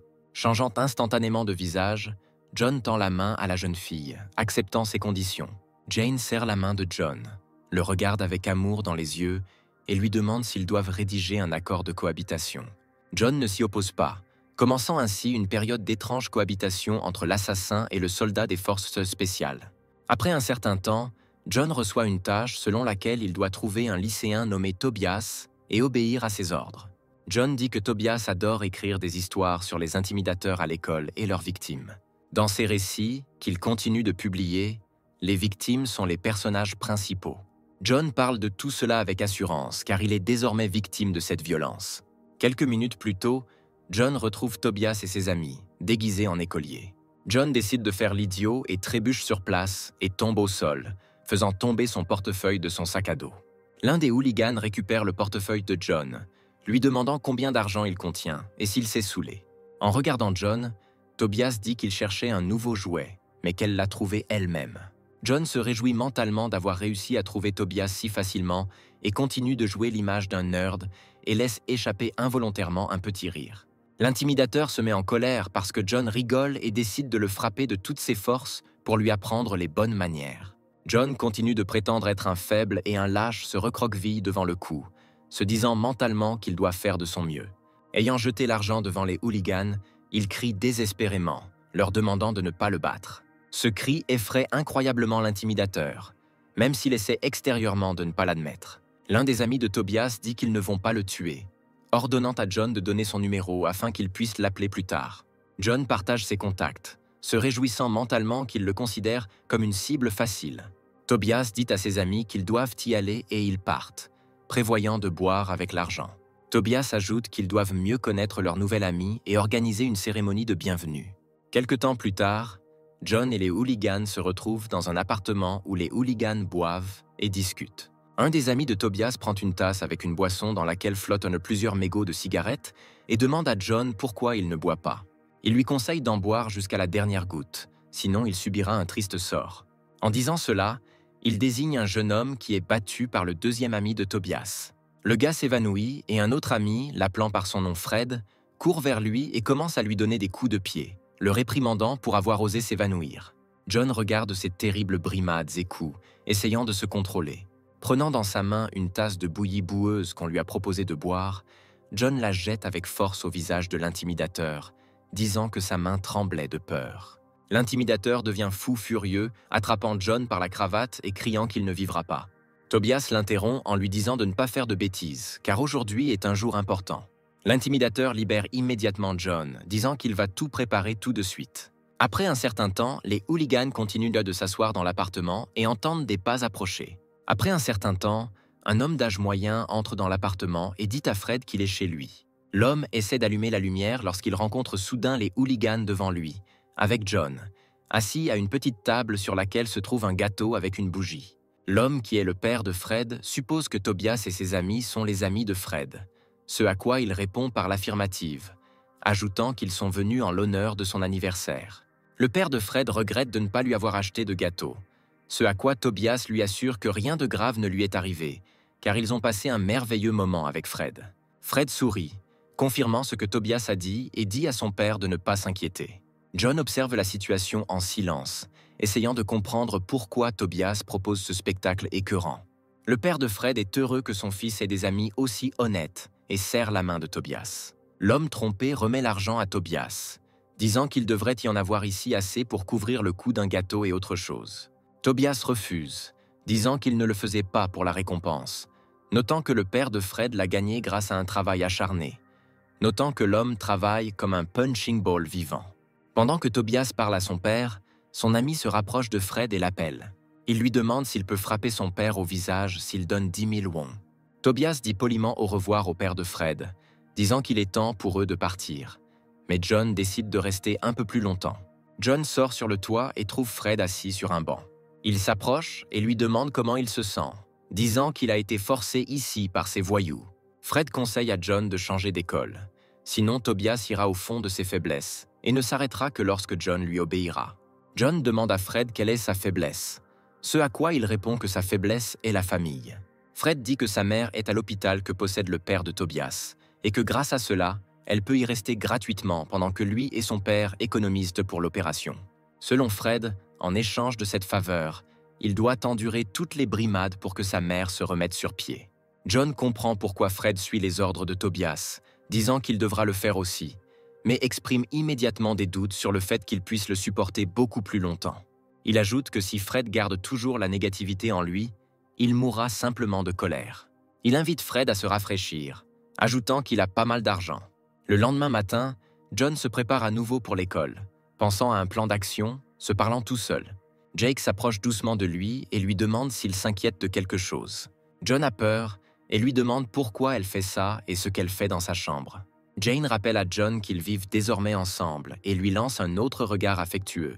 Elle ajoute qu'il peut tout lui dire si quelque chose le dérange, en l'appelant de manière ludique partenaire. John dit qu'il a très mal à la tête et lui demande de ne pas se moquer d'elle. Jane dit qu'à en juger par sa tenue, il se prépare pour l'école et suggère des moyens de tuer un élève. John dit que c'est une mission d'assassinat, répondant qu'il s'en chargera lui-même et vérifie son téléphone. John voit une proposition de rendez-vous de la part d'un de ses amis, Tobias, dont le nom est Marty, et décide que c'est une excellente opportunité. Jane dit à John qu'elle lui a préparé un petit déjeuner et lui propose quelque chose à manger avant de partir. Mais John refuse bruyamment et s'enfuit. Jane est surprise par le comportement étrange de John, suggérant en plaisantant qu'il est entré dans la puberté. Pendant ce temps, à l'une des portes d'entrée, Marty attrape une fille par la main et lui demande de lui donner un numéro à rencontrer. La fille refuse et il lui tend la main, en colère contre le refus. Soudain, une canette de soda vole dans la main de Marty, le faisant lâcher la fille avec surprise. Il se retourne, se demandant à voix haute qui a fait ça et aperçoit John marchant joyeusement vers lui. Marty demande à John s'il a fini de vivre et envisage de le battre pour ses actes.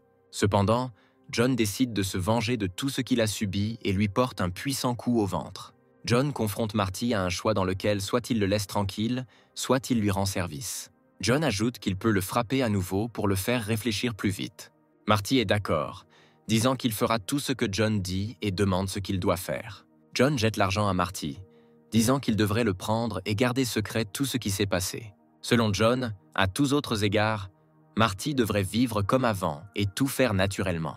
Il demande à Marty où se trouve le reste des punks et, après avoir reçu une réponse, lui ordonne d'y être emmené.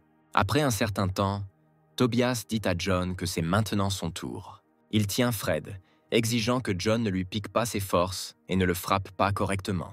John se tient dans le petit garage et regarde Fred, disant mentalement que Fred avait raison la dernière fois qu'ils ont parlé. Il se souvient que Fred lui avait dit que Tobias demanderait tôt ou tard à John de le frapper, lui disant de ne pas hésiter car il prendrait tout. John commence à frapper Fred de manière ludique, mettant à peine aucune force dans ses coups. Marty regarde, ne croyant pas que John frappe Fred si faiblement. Tobias exige que Marty donne une leçon à John, à laquelle Marty commence à hésiter sur le champ. Tobias remarque l'hésitation de Marty et lui dit qu'il doit obéir sans poser de questions. Marty est nerveux, regardant avec horreur John, qui essaie de lui dire quelque chose. Marty lit les lèvres de John, lui disant de se comporter comme d'habitude. Marty, désespéré, frappe John au visage, effrayé qu'il ait osé faire une telle démarche. John commence à pleurer de manière théâtrale, disant que Marty lui a donné la condition que John doit lui donner l'argent pendant que Tobias n'est pas là et qu'il le laissera tranquille. Selon John, Marty a qualifié Tobias de médiocrité et de sans valeur, disant à John de ne pas s'inquiéter. John, versant des larmes, traite Marty de menteur malhonnête et lui demande de lui rendre son argent. En mettant ses mains dans les poches de Marty, John en sort des tas d'argent et les éparpille sur le sol. Tobias tombe facilement dans le piège des mensonges de John et demande à Marty pourquoi il a décidé de dépenser tout cet argent sans sa participation. Marty essaie de se justifier, mais Tobias ne veut même pas l'écouter et s'approche de lui en lui demandant s'il ressemble à un clown. Après un certain temps, après avoir battu Marty à moitié mort, Tobias dit que son humeur est ruinée et demande à son ami restant de nettoyer les lieux avant de partir. L'intimidateur est surpris que Marty ait toujours agi avec autant d'arrogance et suggère qu'il ne pouvait pas se lasser de sa richesse. L'intimidateur remarque que John récupère tout son argent et lui demande s'il a vraiment pris tout l'argent de Marty. Il ajoute qu'il peut les lui retirer et le garder bien mieux, affirmant qu'il a de meilleures chances contre Tobias. John dit qu'il peut lui donner tout l'argent d'avance, ajoutant qu'il lui donnera 5 millions supplémentaires une fois qu'il aura terminé ses affaires. En retour, John décide de demander une petite faveur à l'intimidateur. Quelque temps plus tard, John et Fred sont assis en couple sur un banc, prenant une pause dans leurs aventures. John tend son sac à Fred, qui lui demande ce qu'il contient. Sans hésiter, John répond que le sac contient de l'argent pour le traitement de sa mère. Fred dit qu'il ne sait pas d'où John a obtenu autant d'argent, ajoutant qu'ils se connaissent à peine, donc son comportement semble étrange. John dit qu'il ne pourra certainement pas tout dire, mais la seule chose qu'il peut dire, c'est qu'il a juste beaucoup d'argent. John ajoute qu'il admire Fred pour avoir tenu bon et survécu tout ce temps, étant seul et perdu sans aucun soutien. John dit qu'il veut montrer à Fred qu'il y a plus dans le monde que l'obscurité, en lui disant de dépenser de l'argent pour transférer sa mère dans un autre hôpital et obtenir un traitement décent. Les larmes commencent à couler des yeux de Fred, et John dit qu'il veut entendre son histoire. 2 jours plus tard, l'homme de main de Tobias entre dans le gymnase où travaillait autrefois le père de Fred. John le rencontre, regardant derrière un sac de boxe, heureux qu'il soit enfin arrivé.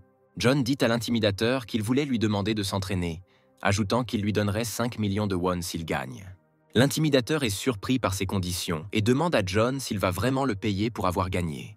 John le confirme, ajoutant que Fred sera son adversaire. Le tyran éclate de rire en disant que Fred est leur punching ball, mais il accepte. Il s'approche de Fred et lui dit qu'il pensait qu'il était mort quelque part parce qu'il ne répondait pas à leurs appels, ajoutant qu'il ne s'attendait pas à ce que Fred se couche ici et apprenne à combattre les drageons. L'intimidateur dit qu'il n'a aucune raison de ne pas se battre et espère recevoir un coup de poing au visage. Les participants entrent sur le ring et Fred demande à John si tout ira bien, ce à quoi il donne une réponse calme et affirmative. L'intimidateur se souvient mentalement qu'il a entendu des informations de Fred selon lesquelles son père était en charge de cette salle. Mais de son point de vue, une personne travaillant comme sac de boxe ne lui fera rien. L'intimidateur charge, levant la main pour frapper, disant qu'il va casser le nez de Fred. Cependant, ni cette attaque ni la douzaine d'attaques suivantes ne peuvent eux-mêmes toucher Fred, qui les esquive avec une incroyable facilité. John regarde le combat, pensant joyeusement que ce simplet n'a aucune idée de pourquoi les choses ont tant changé en 2 jours. Du point de vue de John, Fred était fort dès le début, et les coups constants n'ont fait que renforcer son corps. John ajoute qu'il a remarqué les sacs éclatés dans le gymnase de son père, ce qui lui a dit que Fred s'était retenu depuis le début. John voyage mentalement dans le temps quelques jours jusqu'au moment où Fred lui dit qu'il participait à des combats. Mais après avoir trop battu un voleur, il a commencé à craindre pour sa force. Fred s'est rendu compte que ses mains pouvaient tuer quelqu'un, et après cela, il a arrêté de pratiquer. Puis, John a demandé si Fred avait des blessures dont il aimerait se débarrasser. Fred ne comprend pas où John veut en venir et lui demande comment cela est possible. John enfile sa casquette d'instructeur et lui dit que désormais, il ne répond plus que par une phrase exactement à ses paroles. Grâce au lavage de cerveau de l'armée et à un entraînement infernal, John force Fred à surmonter sa peur. En quelques séances éreintantes, John détruit les complexes de Fred qui ne gênent plus ses mouvements. Pendant ce temps, Fred donne un coup puissant à l'intimidateur épuisé, l'assommant. Fred regarde son adversaire vaincu, observant avec indifférence son triomphe. Il avoue à John qu'il souhaite désormais retourner à la boxe. La scène est interrompue par l'apparition soudaine de Tobias, qui dit qu'il a raté tout le plaisir. Tobias dit qu'il n'est pas venu ici depuis longtemps, soulignant que cet endroit le dégoûte toujours. Il ajoute qu'il a entendu dire que la mère de Fred déménage dans un autre hôpital et regrette qu'il ne puisse désormais plus le maltraiter. Le monologue de Tobias est interrompu par Fred, lui disant de fermer la bouche et de monter sur le ring. Il ajoute qu'il est temps de mettre fin à leur mauvaise relation. Tobias entre sur le ring et Fred se souvient qu'ils étaient autrefois amis d'enfance. Cependant, plus tard, en raison d'aspirations similaires, ils sont devenus des ennemis cherchant à se surpasser. Cependant, finalement, parce que Tobias n'a pas pu surpasser Fred, leurs chemins se sont finalement séparés. Tobias a commencé à avoir l'impression que Fred le méprisait et il a commencé à paniquer à ce sujet. Malgré les assurances de Fred selon lesquelles il ne considérait pas Tobias comme inférieur à lui, leur relation ne s'est pas améliorée.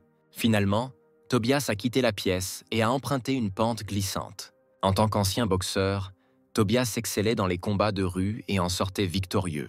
C'est là qu'il retrouve ses 2 amis impressionnés par ses talents de combattant. C'est à ce moment-là que Tobias apprit que Fred avait abandonné la boxe en raison d'un incident critique. Il s'avère que Fred était jugé pour surprotection à cause de cet incident de cambriolage, et c'est à ce moment-là que sa mère s'est retrouvée à l'hôpital. Son père a donc dû fermer le tribunal. Tobias réalisa alors que les échecs de Fred lui apportaient un bonheur non dissimulé. Tobias se précipite sur Fred, lui criant de s'allonger sur le sol et de se tordre de douleur. Fred endure stoïquement toutes les insultes de Tobias et bloque chaque coup. Fred se souvient à nouveau du passé, se transportant au moment où il a rencontré à nouveau Tobias.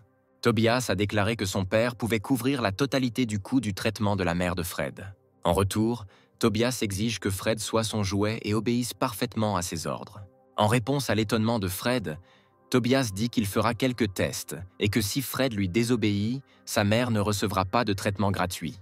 Après ces mots, Tobias entre dans la foule et y trouve le père de Fred, travaillant comme poire vivante. Il se tourne vers Fred et remet l'argent à son père.